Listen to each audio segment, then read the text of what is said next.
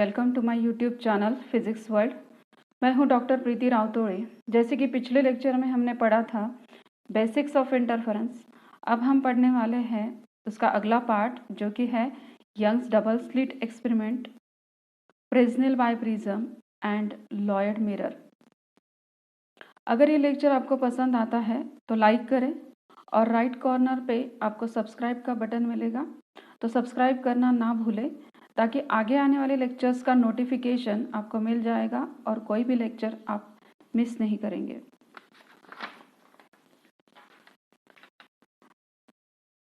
जैसे कि पिछले लेक्चर में हमने देखा था कि इंटरफेरेंस फॉर्म करने के लिए सोर्सेस कोहेरेंट होना बहुत ज़रूरी होता है और कोहेरेंट सोर्सेस जनरेट करने के लिए दो मेथड्स हमने देखी, wavefront splitting and amplitude splitting. तो इसमें हम वेवफ्रंट स्प्लिटिंग जो है उसको डिटेल में स्टडी करेंगे और उसके जो एग्जाम्पल है Young's double slit experiment, Fresnel biprism and Lloyd mirror, उसको भी हम स्टडी करने वाले हैं। तो इस मेथड में मोनोक्रोमैटिक लाइट जो है वो एक नैरो स्लिट से पास किया जाता है। उसके बाद ये लाइट दो स्लिट से पास की जाती है। यहाँ पे दो स्लिट्स आपको दिखाई दे रही है, तो उससे लाइट पास की जाती है और ये दोनों स्लिट्स जो है वो पेयर ऑफ कोहेरेंट सोर्सेज जैसे एक्ट करती है, क्योंकि उनसे निकलने वाली वेव्स एक ही सोर्स से जनरेट हो रही है। इसकी वजह से उनमें कांस्टेंट फेज रिलेशन होता है और वो कोहेरेंट सोर्सेस कहलाती है। अब दोनों सोर्सेस से निकलने वाली स्पेरिकल वेवफ्रंट जो है वो एक दूसरे से ओवरलैप होती है और इंटरफेरेंस फॉर्म करती है। इस तरह से वेवफ्रंट स्प्लिटिंग का इस्तेमाल करके हम कोहेरेंट सोर्स जनरेट कर सकते हैं और इंटरफेरेंस फॉर्म कर सकते हैं। तो देखते हैं कि Young's double slit experiment, Fresnel biprism और लॉयड मिरर में इनका इस्तेमाल कैसे किया जाता है। यंग्स डबल स्लिट एक्सपेरिमेंट में हम वेवफ्रंट स्प्लिटिंग का यूज़ करके दो कोहेरेंट सोर्सेज जनरेट करते हैं जिसको हमने S1 एंड S2 नाम दिया है। जैसे कि हमें पता है दोनों स्लिट्स जो है, दोनों स्लिट से निकलने वाली लाइट जो है वो एक ही सोर्स से जनरेट हुई है और इसलिए उसमें कांस्टेंट फेज रिलेशन होता है और ऑलवेज वो इन फेज होती है। इंटरफेरेंस पैटर्न जो है हम स्क्रीन पे ऑब्जर्व कर सकते हैं। इंटरफेरेंस पैटर्न में alternate bright and dark fringes होंगी, जिसमें जहाँ पे ब्राइट फ्रिंज होगी वो कंस्ट्रक्टिव इंटरफेरेंस शो करेगा और जहाँ पे डार्क फ्रिंज है वो डिस्ट्रक्टिव इंटरफेरेंस को शो करता है। यहाँ पे हम देख सकते हैं interference Young's double slit experiment में कैसे फॉर्म होता है और उससे जनरेट होने वाला इंटरफेरेंस पैटर्न जो है वो भी हम यहाँ पे देख सकते हैं। सिंगल सोर्स की जो लाइट है वो दो स्लिट से पास की जाती है। ये दो स्लिट्स जो है तो वो दो कोहेरेंट सोर्सेस जैसे एक्ट करती है और उससे निकलने वाली जो वेव है वो स्पेरिकल वेवफ्रंट के फॉर्म में होती है और वो एक दूसरे को इंटरसेक्ट करती है या ओवरलैप करती है और उससे इंटरफेरेंस पैटर्न जो है वो फॉर्म होता है। अगर क्रिस्ट से क्रिस्ट मैच होती है तो कंस्ट्रक्टिव इंटरफेरेंस फॉर्म होता है और इंटेंसिटी जो है मैक्सिमम होती है और रेड कलर से, ये जो ब्राइट फ्रिंज है इसको हम रेड कलर से दिखा सकते हैं। जब क्रिस्ट से ट्रब मैच होती है तो डिस्ट्रक्टिव इंटरफेरेंस फॉर्म होता है और इंटेंसिटी जो है वो मिनिमम होती है और यहाँ पे ब्लैक फ्रिंज फॉर्म होती है या दिखाई देती है। तो इस पैटर्न में अगर हम देखें तो दो डार्क फ्रिंजेस या दो ब्राइट फ्रिंजेस, इसका जो डिस्टेंस होता है उसको हम फ्रिंज विड्थ बोलते हैं और उसको हम बीटा के फॉर्म में रिप्रेजेंट करते हैं। अब यहाँ पे हमने दो कोहेरेंट सोर्सेस यूज़ किए हैं दोनों केसेस में। उनसे निकलने वाली वेव्स जो अलग अलग पॉइंट पे इंटरफेरेंस फॉर्म करती हैं, तो उस वक्त उनका पाथ डिफरेंस पाथ अलग होने की वजह से उनमें पाथ डिफरेंस जो है, यहाँ पे जब वो मीट होने वाली है पी पॉइंट पे, तो वहाँ ट्रैवल करते वक्त दोनों का पाथ अलग अलग है और इसके लिए उसमें पाथ डिफरेंस जो है वो जनरेट हो जाता है। अगर ये path difference multiple of lambda होगा तो कंस्ट्रक्टिव इंटरफेरेंस फॉर्म होगा। अगर ये path difference odd multiple of the wavelength होगा तो ये डिस्ट्रक्टिव इंटरफेरेंस फॉर्म होगा या दिखाएगा। तो इस फर्स्ट फिगर जो है तो उसमें यहाँ पे हम देख सकते हैं कि ये दोनों जो वेव्स हैं, यहाँ से अगर हम ये सेकंड वेव को कंसिडर करेंगे तो दोनों का पाथ सेम है, लेकिन ये एडिशनल पाथ इस वेव के बारे में है, या एडिशनल पाथ उसका होता है। सो पाथ डिफरेंस उसमें ऐड हो जाता है 1/λ का, और इसलिए वो कंस्ट्रक्टिव इंटरफेरेंस फॉर्म करता है और वहाँ पे ब्राइटनेस जनरेट होता है। सिमिलरली यहाँ पे हम इस लाइन के आगे अगर देखें तो दोनों का पाथ सेम है, लेकिन इस कंडीशन में एडिशनल पाथ जो है ½ λ का वो दिखाई देता है, और इसके लिए λ/2 का पाथ डिफरेंस होने की वजह से डिस्ट्रक्टिव इंटरफेरेंस वहाँ पे फॉर्म होता है। यहाँ पे इस फिगर में हम देख सकते हैं कि दो वेव्स कंस्ट्रक्टिव इंटरफेरेंस फॉर्म कर रही है इस पॉइंट पे, और इन दोनों वेव्स में जो पाथ डिफरेंस है वो डेल्टा एल के फॉर्म में रिप्रेजेंट किया है। और फिगर से अगर हम इस एंगल थीटा को अगर कंसिडर करेंगे और उसका साइन थीटा अगर हमने फाइंड आउट किया तो उसके लिए वैल्यू हमें मिल जाती है, that is delta L upon small d, where this small d is the distance between two sources.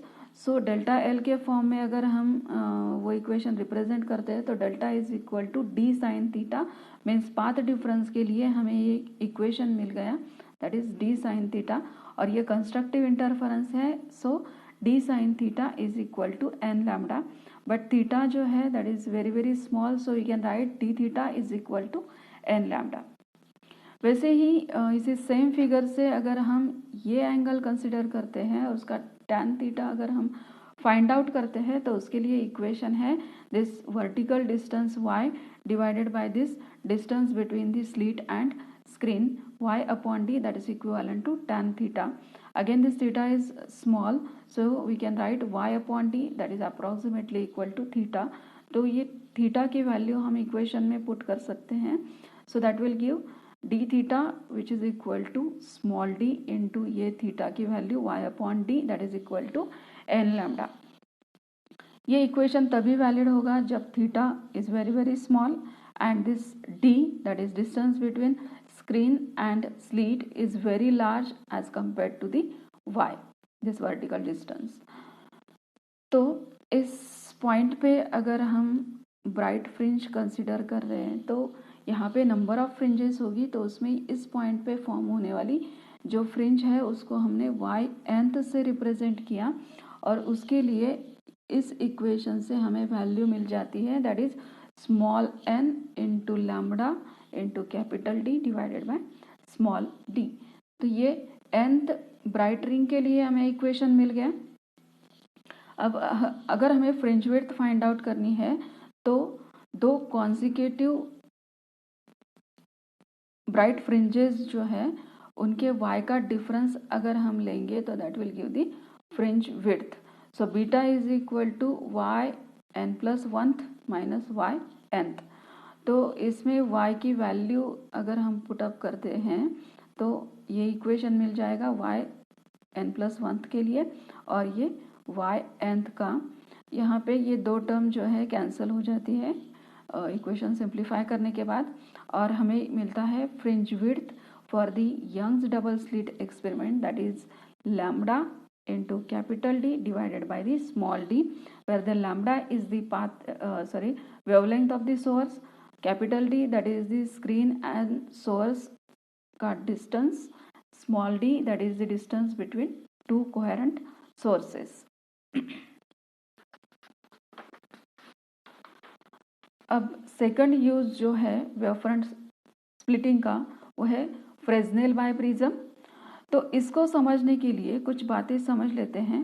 अगर हम एक ऑर्डिनरी प्रिज्म लेंगे और उस पे सोर्स एस से हमने लाइट पास किया, तो लाइट पास करने के बाद प्रिज्म से जब वो ट्रैवल होगा तो उसका वो डेविएट होगा और उसका पाथ जो है वो चेंज हो जाएगा। और प्रिज्म से निकलने वाली जो रे है उसको अगर हम बैकवर्ड डायरेक्शन में एक्सट्रापोलेट करेंगे तो that will give the image of the virtual source. और इसकी मतलब अगर हम सिंगल प्रिज्म के बजाय अगर 2 प्रिज्म्स यूज़ करेंगे और उसको इस तरह से प्लेस कर देंगे तो ये बाय प्रिज्म इसको हम बोल सकते हैं। तो इस पे जब हम लाइट इंसिडेंट करेंगे तो उस पे लाइट इंसिडेंट होने के बाद अपर पार्ट में उसका डेविएशन हो जाएगा, सिमिलरली लोअर पार्ट में भी उसका डेविएशन होगा। और ये डेविएटेड रे जो है उसको अगर हम एक्सट्रापोलेट करेंगे दोनों साइड में तो that will give the 2 virtual sources. तो फ्रेस्नेल बाइप्रिज्म जो है तो उसमें ये टेक्निक यूज किया गया है। फ्रेस्नेल प्रिज्म जो है उसमें रिफ्लेक्शन फिनोमेनॉन से 2 कोहेरेंट सोर्सेस जनरेट करके इंटरफेरेंस फॉर्म किया जाता है। तो इसमें 2 प्रिज्म जो है उसको बेस टू बेस ज्वाइन करके बनाया जाता है और ज्वाइन करने के बाद उसको पॉलिश किया जाता है और पॉलिश करके उसका जो सेंट्रल एंगल है दैट इज एडजस्टेड टू 179 और 2 एंगल जो है 2 साइड के तो वो 0.5 डिग्री या उसको हम 30 मिनट भी बोल सकते हैं। और उसको हम बोलते हैं ये जो 2 एंगल है उसको हम बोलते हैं रिफ्रैक्टिंग एंगल। तो फ्रेस्नेल बाइप्रिज्म में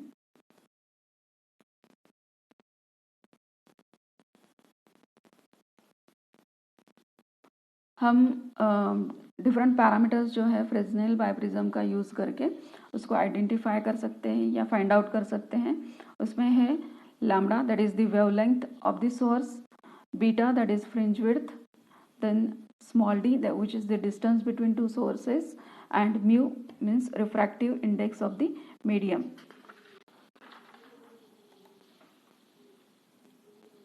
फ्रेस्नेल बाइप्रिज्म का जो सेटअप है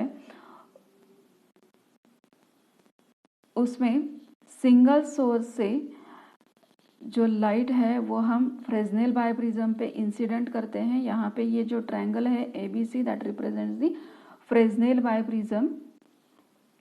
तो फ्रेस्नेल बाइप्रिज्म से पास होके ये पैरेलल बीम में कन्वर्ट हो जाता है और ये पैरेलल रे जो है उसको अगर हम बैकवर्ड डायरेक्शन में एक्सट्रापोलेट करेंगे तो वो हमें वर्चुअल सोर्सेज जो है उसकी पोजीशन देता है S1 एंड S2। और इससे निकलने वाली जो वेव्स है तो वो यहाँ पे इंटरफेरेंस फॉर्म करती हैं और ये इंटरफेरेंस जो है उसमें alternate bright and dark fringes होंगी। उसमें फ्रिंज विड्थ अगर हम कैलकुलेट करें तो उसके लिए फॉर्मूला है beta is equal to lambda D upon d which is similar to the Young's double slit experiment. और इसमें ये जो कैपिटल डी है that is equal to A plus B.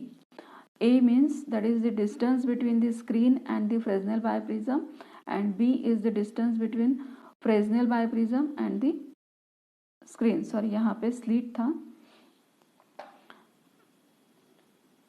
ठीक है, इस तरह से हम फ्रिंज विड्थ फाइंड आउट कर सकते हैं by using the Fresnel biprism. अब 2 कोहेरेंट सोर्सेज जो है उसका डिस्टेंस फाइंड आउट करने के लिए भी हम फ्रेस्नेल बाइप्रिज्म यूज़ कर सकते हैं।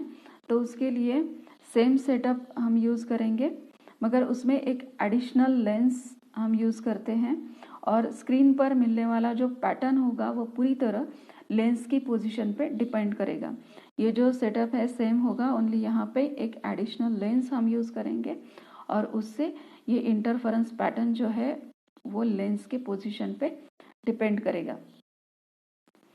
तो अगर लेंस हम स्क्रीन के स्लिट्स के क्लोज रखते हैं इस तरह से तो यहाँ पे मिलने वाला जो पैटर्न है वो इस पोर्शन में हमें मिलेगा A to B, उसको हमने D1 से रिप्रेजेंट किया है।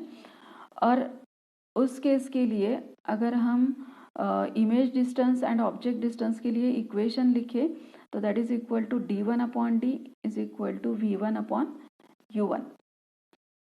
सिमिलरली अभी ये लेंस अगर हम मूव करते हैं और उसको हम स्क्रीन की तरफ ले जाते हैं तो मिलने वाला इंटरफेरेंस पैटर्न जो है वो शॉर्ट ड्यूरेशन में हमें मिलेगा, और वो जो ड्यूरेशन है वो हमने a'(b' से रिप्रेजेंट किया है और d2 से हमने उसको दिखाया है।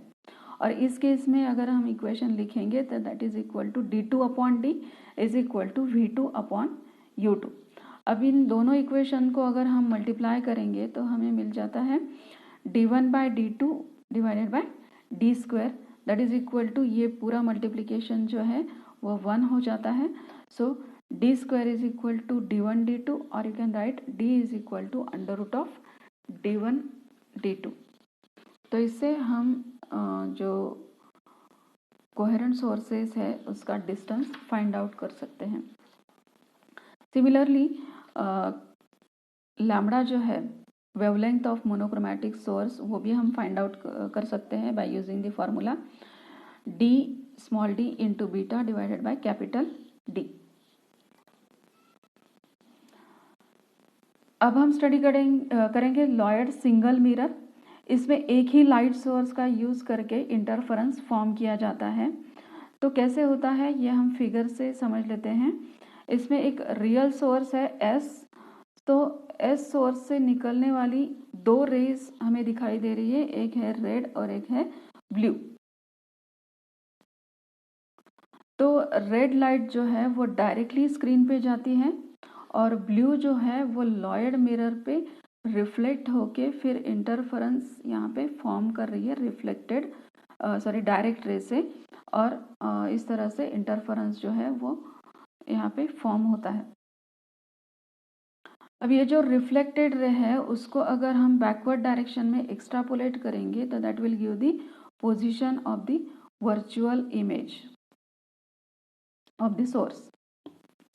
तो इस एक्सपेरिमेंट में अगर हम S और S' को दो स्लिट्स कंसिडर करें तो ये डबल स्लिट एक्सपेरिमेंट जैसे वर्क करता है।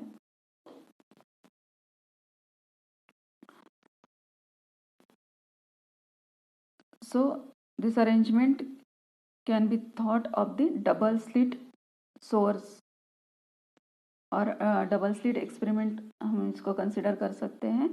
और इस केस में हमें जो इंटरफेरेंस पैटर्न मिलता है that consist of the alternate bright and dark fringes.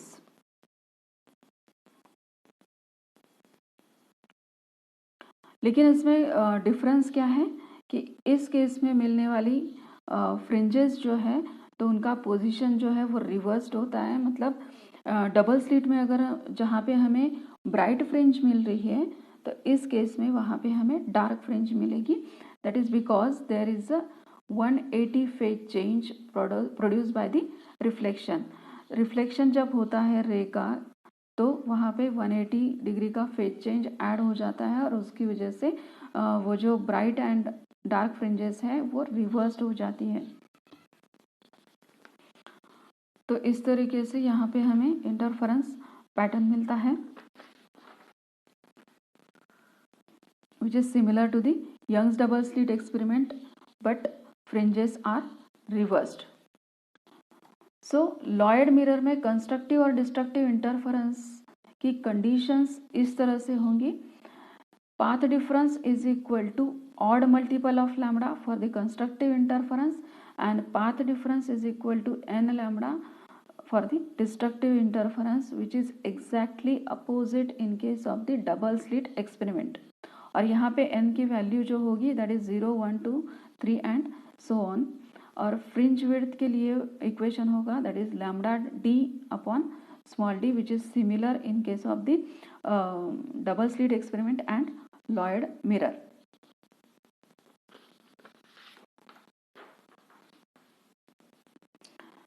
अब अगर Fresnel biprism and Lloyd mirror में हम डिफरेंस देखें तो लॉयड मिरर में सिंगल वर्चुअल सोर्स जो है वो जनरेट होता है और बाइप्रिज्म में दो वर्चुअल सोर्सेस जनरेट होती हैं। इंटरफेरेंस पैटर्न अगर हम देखें तो सेंटर में, मतलब फ्रेस्नेल बाइप्रिज्म में सेंट्रल फ्रिंज जो होगी वो ब्राइट फ्रिंज होगी, और लॉयड मिरर में that is the dark fringe at the centre of the interference pattern. और कंडीशंस फॉर द इंटरफेरेंस अगर हम देखें तो फ्रेस्नेल बाइप्रिज्म में कंस्ट्रक्टिव इंटरफेरेंस के लिए पाथ डिफरेंस होगा n लैम्डा, लॉयड मिरर के लिए वो होगा odd multiple of lambda. Biprism में डिस्ट्रक्टिव इंटरफेरेंस के लिए पाथ डिफरेंस होगा odd multiple of lambda, and Lloyd mirror के लिए वो होगा n lambda, means exactly opposite to each other.